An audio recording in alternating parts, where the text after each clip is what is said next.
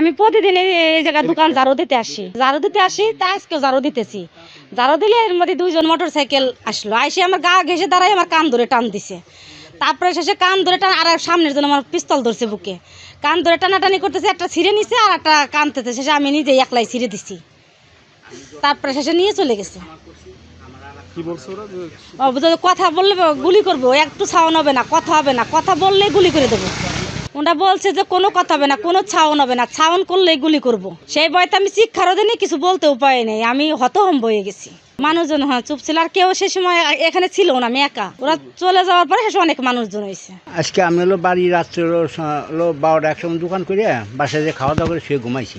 আমার ওয়াইফ রাস্তায় এসে দোকান ঝাড়ু দেওয়ার সময় একদল ছিনতাইখোর মোটরসাইকেলে আইসে আমার ওয়াইফরে আপনার মোটরসাইকেল একজন নামছে, তার কান থাবাইতে ধরছে, দরিয়া কানের দুল নিয়ে গেছে, আর একজন পিস্তল ঠেয়াই ধরছে।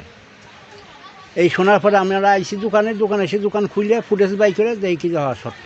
এই এলাকায় বহু পোলাপানি অকাম করে, এ করে ও করে, তা আমরা সব কানমান দেই না। তা আজকে সরাসরি যা ঘটছে এইটার জন্যই আমি বিচার চাবো সব জায়গায়। আমার এইটাই যা বললাম, আমার ওয়াইফের উপর যে চাপাচাপি সৃষ্টি করছে তাতে মোটামুটি মনে করেন যে আমি এটা ছাড়বো না।